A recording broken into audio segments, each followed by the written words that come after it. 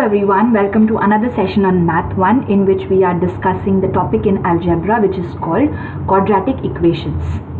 In this chapter, today what we are going to do is continue with the same topic of introduction, and the objective that we are going to cover today is we will be able to write a quadratic equation in its standard form and identify the coefficient. आपने पिछली बार देखा था बहुत तरह के quadratic examples थे quadratic equations के. आज हम लोग सीखेंगे कि एक स्टैंडर्ड फॉर्म में उसको कैसे लिखते हैं और उसके कोफिशिएंट्स कैसे आइडेंटिफाई करते हैं. So moving ahead, before we understand what is the standard form of a quadratic equation, let's go through the definition again. Any equation in our case having only one variable, या तो x हो सकता है या y या m या p, कोई भी एक, having 2 as the maximum index. Index मतलब उसकी पावर, मैक्सिमम पावर कितनी होनी चाहिए 2. अगर ऐसा है then the variable of the variable is power is 2, then it is called a quadratic equation. Okay, so one variable power 2 and hence it is a quadratic equation. Now let's look at what is the general or the standard form of writing it. In the standard form it should be written as ax square plus bx plus c equals to 0, where a, b, c are real numbers and a is not equal to 0. Please keep this thing in mind. Writing this line is very important and we will understand gradually what is the reason behind it. So first thing is writing the term of x square. x square के साथ में कोई number हो सकता है. Okay, a can be any number, it can be a fraction, it can be positive number, negative number, integers, it can be anything. So a and b and c can be any numbers. तो सबसे पहले x square का term लिखेंगे, फिर हम लोग x का term लिखेंगे, उसके बाद हम लोग जो खाली नंबर का टर्म है वो लिखेंगे, constant c. Okay, let's see an example for this. For example, x square plus 3x minus 5. सबसे पहले हमने x square का टर्म लिखा, फिर हमने 3x का टर्म लिखा एंड देन जो लास्ट में नंबर बचा 5. राइट हैंड साइड में कुछ नहीं होना चाहिए, वहाँ पे सिर्फ 0 रहेगा हमेशा और हमेशा. इस केस में अगर if I had to identify what are a, b and c, तो देखिए a मतलब x स्क्वायर के आगे जो है, x स्क्वायर के आगे यहाँ पे कुछ नहीं है मतलब 1. b मतलब x के आगे जो है यहाँ पे क्या है 3. c मतलब जो लास्ट का नंबर बचता है जिसको हम लोग कांस्टेंट बोलते हैं, यहाँ पे c का वैल्यू -5 है. -5 है, 5 नहीं, क्योंकि यहाँ पे देखो प्लस का साइन है, plus -5, that is why the c is -5 over here. Okay, so in this way we are writing the quadratic equation in its general or the standard form. Now over here a very important thing written was a is not equal to 0. The question then arises, what happens if a becomes 0? I would like you to pause for a second and think about it. क्या होगा अगर a 0 हो जाएगा तो? Okay, let's come back and see this for ourselves. इसी equation में अगर मैं a को 0 बना दूँ, okay, what I'm doing is making a equals to 0 in this case. Let's see what happens. a 0, which means x square के साथ में मैंने जो नंबर मल्टीप्लाई किया वो 0 हो गया. इसका मतलब x स्क्वायर का टर्म तो रहा ही नहीं. The equation then just becomes 3x minus 5. Now do you think 3x minus 5 is a quadratic equation? No, it is not a quadratic equation anymore. इसीलिए a not equal to 0 का मतलब है x square के साथ में जो भी number है वो 0 के अलावा कुछ भी हो सकता है, क्योंकि अगर 0 होगा तो x स्क्वायर रहेगा ही नहीं और फिर वो क्वाड्रेटिक ही नहीं रहेगा. These numbers a, b and c are called coefficients. a is the coefficient of x square. Coefficient मतलब जो आगे में लगा हुआ है. b is the coefficient of x and c is called the constant term. So a, b and c are called the coefficients in general. Okay, let's move ahead and see some examples in the form of a table to understand better. Now this is a table in which some quadratic equations are given to us.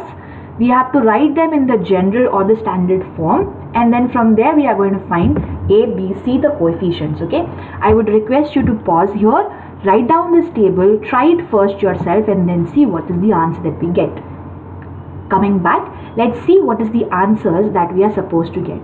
First one has been done for you. X square is the same, but यहाँ पे x का कोई term नहीं है, but मुझे standard form में तो लिखना पड़ेगा, x लिखना पड़ेगा, क्या करें? तो 0 के साथ में x लगा के लिख दिया and then -4. So a becomes 1, b becomes 0, c becomes -4. If you recall, we have done such kind of things in standard 9 as well when we were discussing polynomials. Let's move to the second one.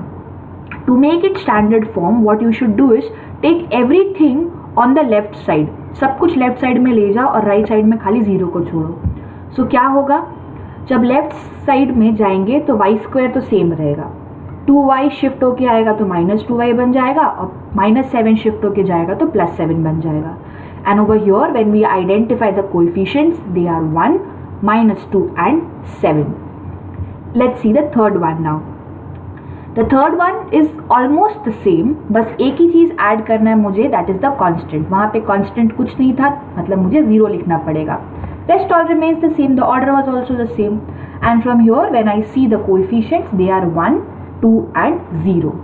So this is how we write any quadratic equation at its standard form and identify the coefficients a, b and c from there. It is very important to know this step because आगे का जितना भी process है वो इस पे depend करता है. Okay?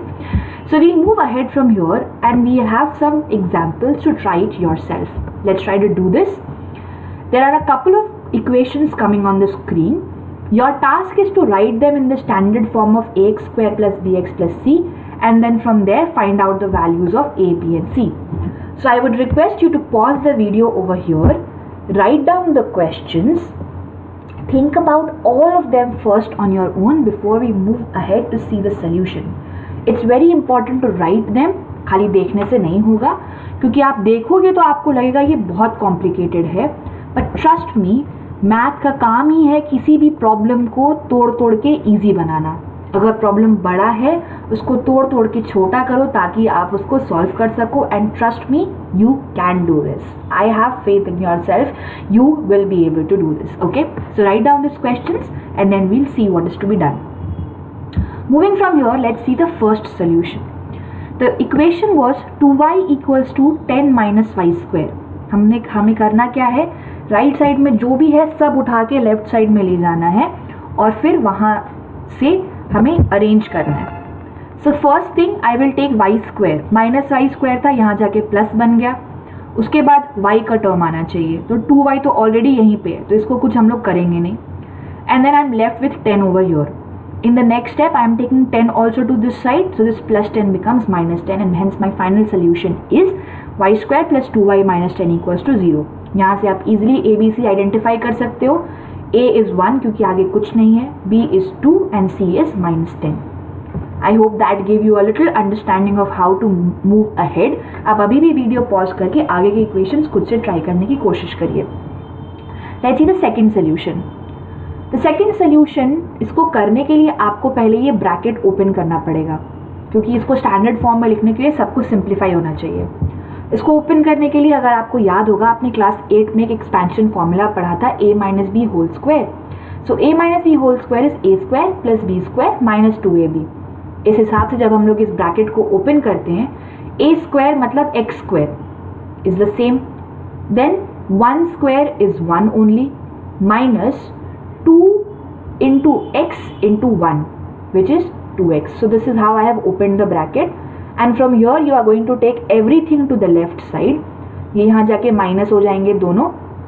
फिर क्या करेंगे? लाइक टर्म्स को ऐड और सब्ट्रैक्ट करेंगे. x² तो एक ही है और कोई टर्म नहीं है. x के टर्म्स कितने हैं? There is -2x and there is -2x. -2 में से और -2 मतलब -4x, एंड देन +1 -3. +1 में से 3 steps पीछे you go to -2, and here you get the final solution and the a, b, c are here in front of you. Let's see the third one now.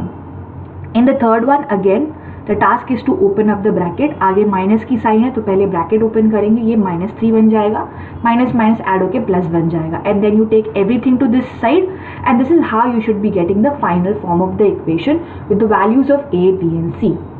Let's see the fourth one now. Very simple as compared to what you have done earlier. सिर्फ terms को उठा के इस तरफ लेके जाना है. Now when you bring these terms on this side, you see यहाँ पे 2m² के टर्म है, मतलब ये लाइक टर्म्स है, आपको इसको ऐड सब्ट्रैक्ट करना पड़ेगा. 3m² minus 2m², 3 minus 2 is 1 m square मतलब सिर्फ m स्क्वायर प्लस 9. यहाँ पे m का कोई टर्म नहीं था इसीलिए हमने इसको 0m लिखा and from there we can determine the values of a, b and c. Fifth one, simple again, the only thing you have to do is open up the bracket.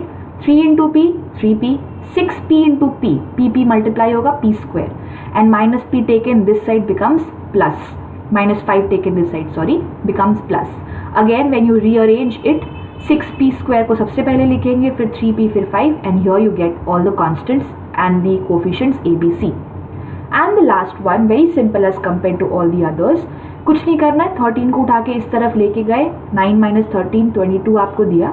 X square का term है but x का term नहीं है इसलिए हमने 0 add कर दिया and here you have all the values of a, b and c. So from all these examples you have covered a wide range of quadratic equations and you have learned today how to write them in the standard form and identify their coefficients. Thank you so much everyone for engaging in this session. Have